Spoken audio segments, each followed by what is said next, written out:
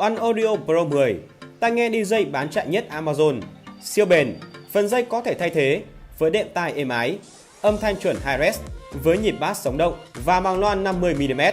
Mã giảm giá dành riêng cho fan của Battlecry trị giá 160.000 được gắn tại phần comment của video. Chào mừng các bạn đã quay trở lại với Battlecry, người kể sử. Được xem là cơn ác mộng cho mọi hạm đội hải quân trên thế giới. Sự ra đời của chúng là một sự thách thức với nhiều cường quốc. Là tấm khiên phòng thủ vững chắc, nhưng đồng thời cũng là lưỡi kiếm sắc nhọn, khiến đối thủ phải khiếp sợ. Đó chính là tên lửa chống hạm. Niềm tự hào cũng chính là nỗi lo thường trực của nhiều hạm đội hải quân. Với loại vũ khí này, các hạm đội có thể bị tấn công ở bất kỳ đâu, từ trên không, từ đất liền, thậm chí là ngay dưới lòng biển. Những chiến hạm hàng trăm, thậm chí là cả tỷ đô hoàn toàn có thể bị đánh chìm hoặc bị vô hiệu hóa bởi các loại vũ khí chỉ có giá vài trăm ngàn tới vài triệu đô. Và chính vì vậy, đây là một loại vũ khí tối quan trọng cho một quốc gia có lợi ích gắn liền với biển. Và Việt Nam đương nhiên cũng không phải ngoại lệ. Vậy thì Việt Nam đã tiến tới đâu trong việc chế tạo những tên lửa chống hạm cho mình? Hãy cùng tìm hiểu qua video ngày hôm nay nhé! Đầu tiên, nhắc tới tên lửa là phải nhắc tới cái tên Viettel. Đơn vị được xem là cánh chim đầu đàn cho nền công nghiệp quốc phòng của Việt Nam. Rất nhiều người cho rằng Việt Nam và Nga là đối tác quốc phòng truyền thống từ thời Liên Xô. Vậy nên, phát triển vũ khí thì cũng cần nhờ tới sự giúp đỡ của người Nga. Thế nhưng câu chuyện về tên lửa thì hơi bị khác. Có thể là các bạn chưa biết, Viettel từng gắn với một vụ bê bối buôn lậu động cơ tên lửa chống hạm AGM-84 của Hoa Kỳ. Sao cơ? Việt Nam chọn tên lửa của Mỹ á? Vâng, các bạn không nghe nhầm đâu. Quay trở lại vào năm 2015, một nhân viên của Viettel tại Mỹ có tên là Bùi Quang Huy đã mua 10 hệ thống chống rung với các đặc điểm kỹ thuật dành riêng cho camera nằm trong hệ thống chỉ đạo đầu đạn tên lửa.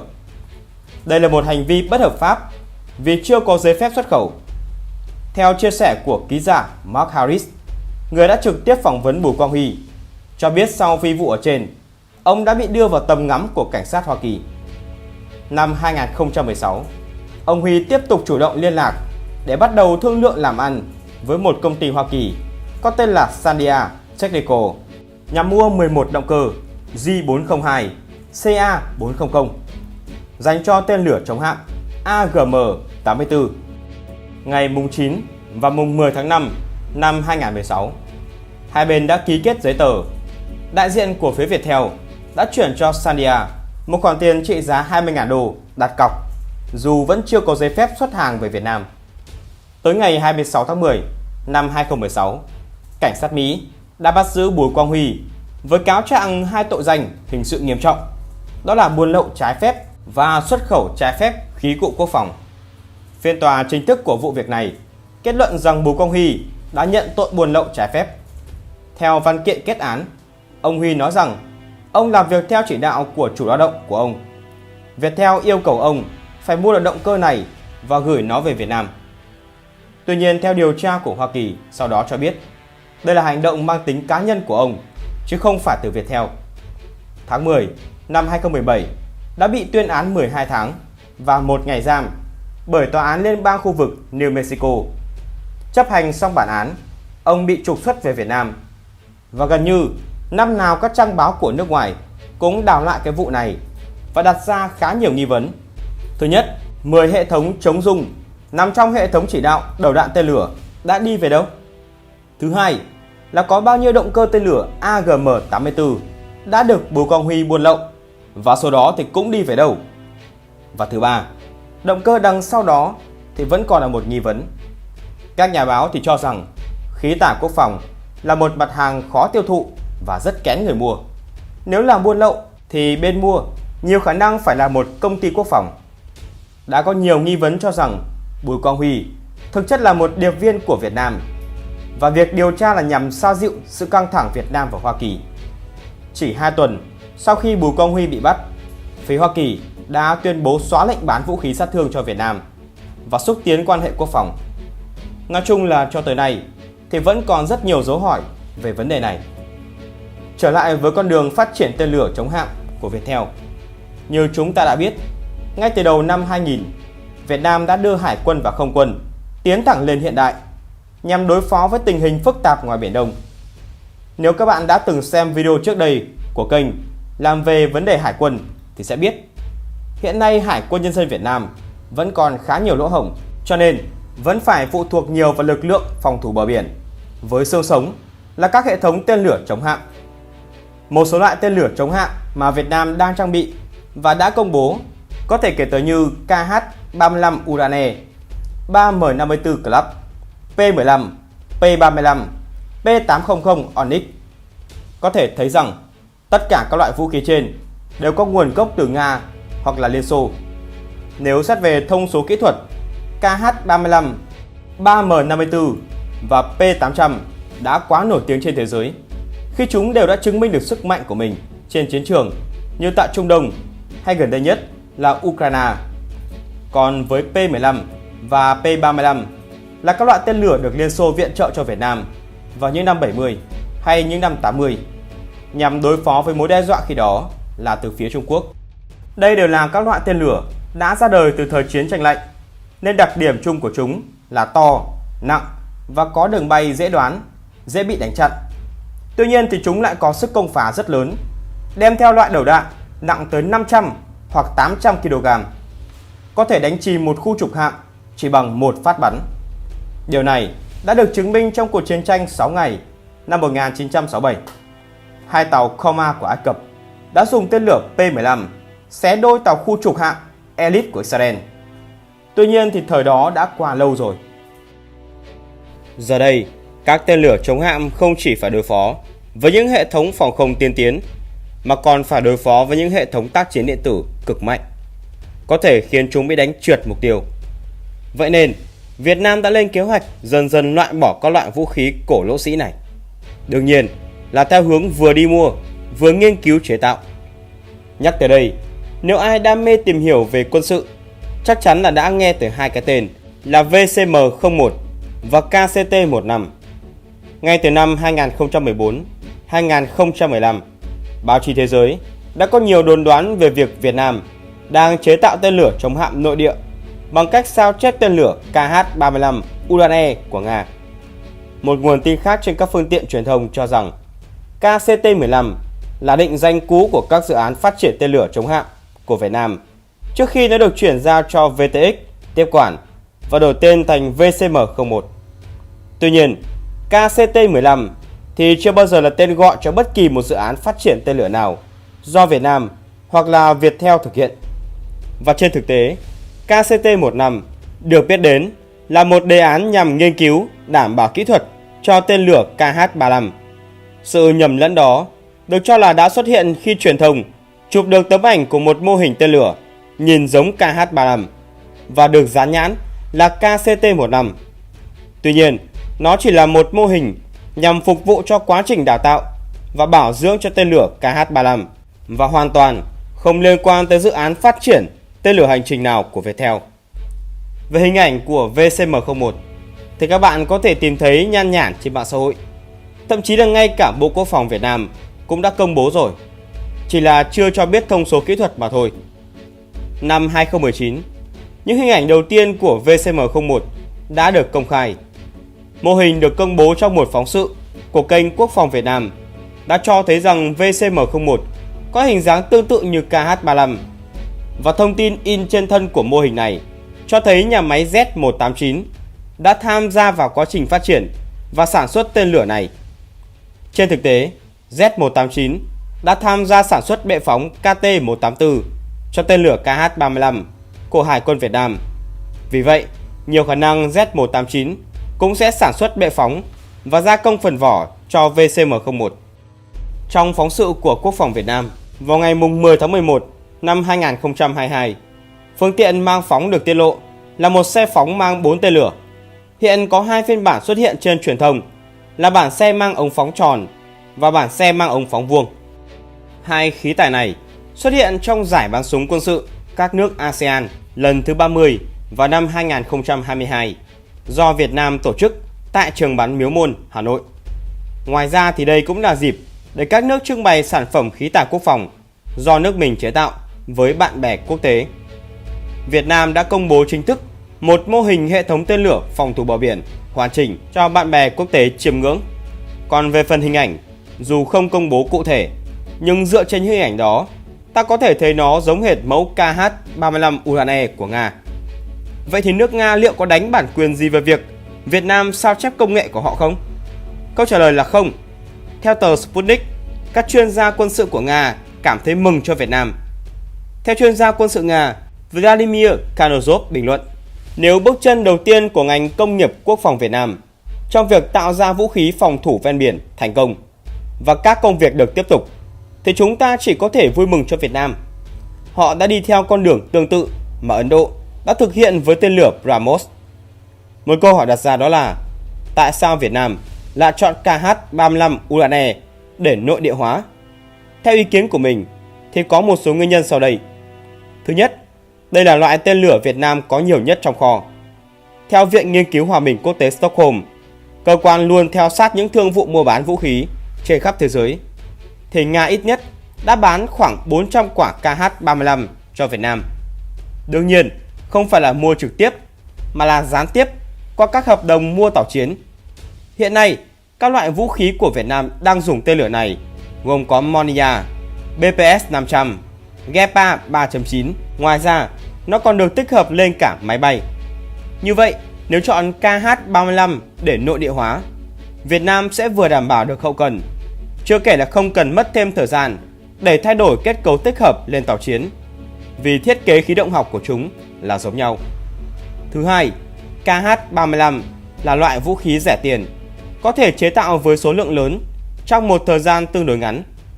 Giá của một quả KH-35 chỉ rơi vào khoảng 500.000 đô, tức là bằng 1/3 so với P800, một loại vũ khí thích hợp với những quốc gia không có ngân sách quốc phòng lớn. Chưa kể là trong 3 loại mà Việt Nam đang sở hữu, thì đây là loại đơn giản nhất và nằm trong khả năng của nền công nghiệp quốc phòng Việt Nam. KH-35 có vận tốc cận âm Mach 0,8, khoảng 850 km/h và hệ thống dẫn đường bán tự động. Cho ai hỏi rằng vận tốc cận âm liệu có còn phù hợp không, thì xin thưa là ngay cả loại tên lửa Harpoon khét tiếng của Mỹ hay Isocet của Pháp cũng chỉ có vận tốc là Mach 0,8 đến 0,85. Hệ thống dẫn đường bán tự động có nghĩa là khi tên lửa được phóng đi, một hệ thống dẫn đường sẽ giữ đường bay ổn định cho tên lửa đó. Khi tới một khoảng cách nhất định, radar của tên lửa sẽ sục sạo, bắt mục tiêu và lao vào chúng. Đây là cơ chế phổ biến hiện nay. Còn với những loại có hệ thống dẫn đường tự động và có vận tốc siêu âm, đếm đi đếm lại cũng chỉ có vài cái tên nổi tiếng của Nga là làm được. Còn loại siêu vượt âm mà chúng ta hay nghe thì thế giới mới chỉ có 2 mẫu đã đi vào hoạt động, đó là Zircon và Kinzhan của Nga. Còn lại thì hầu như vẫn nằm trên giấy. Theo các văn bản của cơ quan chức năng Việt Nam về việc phong tỏa các vùng biển nhằm đảm bảo an toàn cho hoạt động thử nghiệm bắn đạn thật, đã có ít nhất là 2 cuộc thử nghiệm bắn đạn thật cho tên lửa VCM-01 được báo cáo trong năm 2018. Một lần là ở huyện Quỳnh Lưu, tỉnh Nghệ An, còn một lần khác là ở huyện Tiền Hải, tỉnh Thái Bình. Không có thêm bất kỳ một thông tin nào được các nhà chức trách cũng như phía Viettel công bố và báo cáo, bao gồm cả kết quả của các cuộc thử nghiệm và sự tồn tại của bất kỳ một cuộc tập trận bắn đạn thật nào khác ngoài những trường hợp nêu trên. Tuy nhiên, với việc được tích hợp lên xe phóng hoàn chỉnh và công bố trước bạn bè quốc tế, ta có thể thấy được cuộc thử nghiệm này có lẽ đã thành công. Không những vậy, Việt Nam đã tiến tới việc làm chủ từ A đến Z loại tên lửa này. Vậy nhưng, theo các nhà bình luận quân sự đến từ Nga và Hàn Quốc, vấn đề động cơ cho VCM-01 vẫn là một dấu hỏi chưa được công bố. Việc bắn thử vào năm 2018 và công bố trước bạn bè quốc tế vào năm 2022 đã cho thấy rằng Việt Nam đã có lời giải cho bài toán động cơ của VCM-01. Thế nhưng chỉ là chưa biết nó là loại nào thôi. Về việc này thì có 2 khả năng. Các bạn đã hiểu vì sao mình đã dẫn câu chuyện về Bùi Quang Huy ở đầu video chưa? Các nhà báo thì vẫn thắc mắc rằng số hàng trước khi mà Bùi Quang Huy bị bắt đã đi về đâu, khi mà trong đó có cả động cơ và hệ thống chống rung. Kể ra thì họ nghi vấn cũng đúng, khi mà ông chỉ bị tuyên án có 18 tháng rồi trục xuất về Việt Nam. Hoa Kỳ thì cũng không có động thái hay công bố gì về việc điều tra hoặc yêu cầu hợp tác với Việt Nam, hay là kể cả là truy tìm số hàng đã bị mất. Trong khi món hàng này là động cơ tên lửa chống hạm thuộc vào hàng khét tiếng thế giới. Một khả năng nữa là năm 2020, Việt Nam và Hàn Quốc đã tiến hành đàm phán để chuyển giao động cơ phản lực SSE 750K của Hàn Quốc cho Việt Nam. Đây là dòng động cơ được sử dụng trong tên lửa chống hạm SSM 700K Hải Tinh của Hàn Quốc, cũng như biến thể đánh đất của nó là SSM 750K Hariong, tức là Hải Long. Dù Việt Nam không tuyên bố sử dụng vào mục đích gì, thế nhưng động cơ tên lửa thì còn có thể làm gì được nữa. Nói chung là việc Việt Nam giải quyết được bài toán động cơ tên lửa đến nay vẫn là một ẩn số, mà cũng biết đâu Việt Nam còn có một con đường khác. Quốc phòng là bí mật mà. Dù chưa công bố kỹ thuật, thế nhưng dựa trên thiết kế khí động học đã được công bố thì VCM-01 có ngoại hình giống hệt KH-35 và có thể dự đoán tầm bắn của loại tên lửa này rơi vào từ 130 tới 260 km, ngang với nguyên mẫu là cùng. Vì bắn xa hơn, đồng nghĩa là tên lửa phải to hơn, mang nhiều nguyên liệu hơn. Vậy thì với tầm bắn đó, nó có tác động thế nào tới phương thức tác chiến của quân đội Việt Nam? Dựa trên lý thuyết và những gì đã diễn ra trên thế giới, thì Việt Nam đang đi theo con đường tấn công bão hòa, tức là phóng nhiều tên lửa cùng lúc, làm cho hệ thống phòng không của đối phương bị quá tải. Còn về việc tính đến khả năng này để nhắm vào ai thì chúng ta đều biết rồi đấy. Ví dụ, một cụm tàu chiến có khả năng cùng lúc chống lại từ 30 tới 40 quả tên lửa cùng lúc. Bên tấn công sẽ cùng lúc phóng tên lửa với số lượng nhiều hơn. Chỉ cần từ 5 tới 10 quả tên lửa trúng đích là đủ để vô hiệu hóa chúng rồi. Xin nhắc lại là vô hiệu hóa cũng không có nghĩa là đánh chìm, mà làm nó mất khả năng chiến đấu, phải về xưởng là đã thành công lắm rồi. Trong khi đó, chi phí để chế một quả tên lửa rơi vào khoảng từ 500 tới 1,5 triệu đô. Còn một chiếc tàu chiến thì con số sẽ là vài trăm tới cả tỷ đô. Tuy nhiên, đây thì cũng chỉ là trên lý thuyết mà thôi. Cũng còn một cách tấn công khác, đó là dương đông kích tây. Cách này thì đã có minh chứng thực tế. Các bạn còn nhớ vụ soái hạm Moscow của hạm đội Biển Đen Nga bị bắn chìm chứ? Theo phía Ukraine công bố, họ đã dùng UAV để đánh lạc hướng hệ thống phòng không trên con tàu này, tạo điều kiện để 2 tên lửa Neptune tấn công con tàu. Cho ai chưa biết thì về cơ bản, Neptune chính là KH-35 Urane, thế nhưng là phiên bản của Ukraine cải tiến. Các bạn nên nhớ trước Moscow có lượng dã nước lên tới 11.500 tấn, mà chỉ bị trúng đúng 2 quả đã chìm, thì có thể thấy rằng với các loại khu trục hạm hay khinh hạm, có lẽ chỉ cần ăn một quả là đủ để đi uống trà với Long Vương rồi. Các bạn đã thấy được sự nguy hiểm của các loại tên lửa chống hạm Urane rồi chứ? Ngoài ra thì vẫn còn một xu hướng khác của tên lửa, đó là tên lửa lưỡng dụng, tức là vừa dùng để tấn công mặt nước, vừa dùng để tấn công mặt đất. Đây là xu hướng của các cường quốc trên thế giới.